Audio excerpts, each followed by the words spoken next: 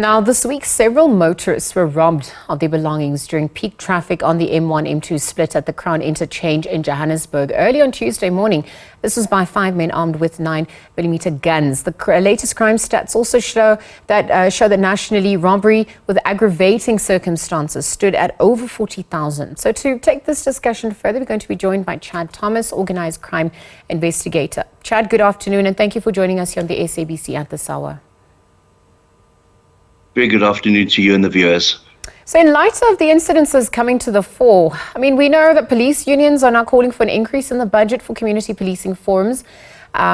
Just through also on the back of the ANC, through its manifesto, seeking adequate resourcing of community policing forums at large to modernize our police and obviously make them more effective as frontline police officers. When we look at some of these interventions, are they enough to deal with what we're facing as a country in terms of crime? Not at this point in time. We've just had the budget speech, and in the budget speech, we were told that over the next 3 years, more than 750 billion rand has been allocated to the security cluster. This is in an effort to up the ante against the crime that we're currently facing. It correlates to about a 1.7% increase. And the allocation of this particular budget for the security cluster has to cover correctional services, defence, home affairs, justice and constitutional development, military veterans, police, as well as the Office of the Chief Justice. So when you start seeing the breakdown, you realise it's actually not that much money, and it's a pitiful increase. Now, we hear about the fact that in the next financial year, the minister plans on having a further 10,000 police trainees trained up as force multipliers and putting them on the ground in what he calls boots on the ground project. Boots on the ground doesn't equate necessarily to a combating of crime, because all arrests that take place, those crimes need to be investigated. You need to have seasoned detectives. You need to have prosecutors allocated to those cases. You need sufficient courtrooms and court time to be able to hear all these matters. Our prisons are already at 140% capacity. So it doesn't help having more boots on the ground if we don't have a place to put these prisoners if they found guilty. Because as it stands right now, 1 out of every 10 murders is solved. That means 90% of murders go unsolved. And that's the most serious crime we have in South Africa. And this all comes down to the issue of budget and the fact that we don't have sufficient budget allocated to the departments that need it the most. Thank you for that context. I want to then look at, from your vantage point, what are some of those new crime trends that you have been witnessing over the years? And if we're going to look at the role of crime intelligence as well, are we hitting or missing the mark on that front? We've got members who are dedicated, who want to make a difference. We've got departments that are trying their best. But the whole world is facing a massive onslaught of crime. When one looks at the UK in 2022, 40% of all reported crime was financial crime related. So in 2023, the UK declared financial crime a national security threat. They allocated 400 more investigators just to investigate financial crime.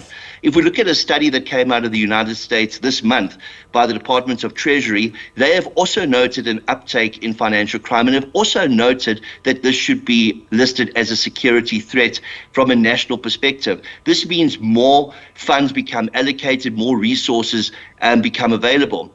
We're talking financial crime. This is non-contact crime, and these countries are taking it so seriously.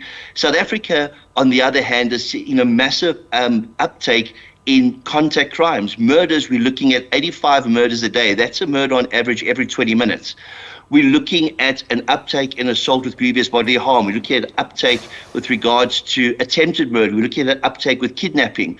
When it comes to kidnapping and murder for hire, crime intelligence is a key component in all of this. And we've seen over the years how budget that's been allocated towards crime intelligence has been squandered and used for political use. And the resources and capacity of crime intelligence have been used to settle political squabbles rather than fighting crime as per their mandate. So what we're hoping to see is that there's some kind of policy in place to retain the skills that are currently within the police service, within the Hawks, because as it currently stands, we hear about 10,000 new members coming into the force, but we don't hear about the members who are leaving through natural attrition, through early retirement, through the brain drain into the private sector. So we could say almost as many members are leaving the police service simply because they can't handle their caseloads.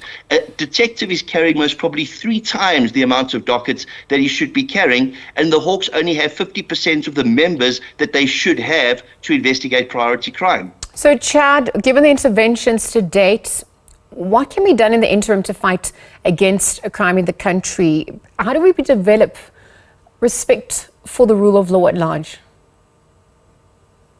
So we need to take cognizance of the fact that this is not a short-term problem that's going to be resolved very easily. So we need to look to where there is resources available, what capacity there is to create more of a force multiplier. We're not just looking at the so-called boots on the ground. We're looking for specialists who can investigate complex crime. We're looking to the legal fraternity who can assist in the prosecution of these complex crimes. What we found out last year was very disheartening. We found out that a number of state advocates did not have their contracts renewed that were employed in specialized units within the NPA. And we also heard that the aspirant prosecutor program had been put on hold. So what does this mean? It means that right now we have a skills deficit, and that skills deficit sits in the private sector. It wouldn't be a cop-out for the state to admit that they need the assistance from the private sector.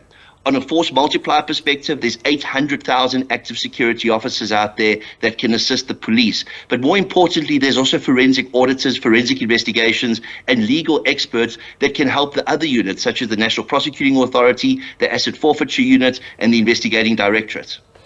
Chad, just as we wrap up, the issue of illegal firearms also that, are circulating and in use, corruption within the police fraternity. How do we also mitigate against some of those challenges? How do we adequately resource them as well so that they can uphold the rule of law and protect the sovereignty of our country at large? Very good point that, and I'm glad you raised it. The proliferation of small arms is a massive industry in South Africa. Murder for hire, use, stolen firearms that have been brought across the border, firearms from old arms caches, firearms that have been stolen from the Defence Force and the police.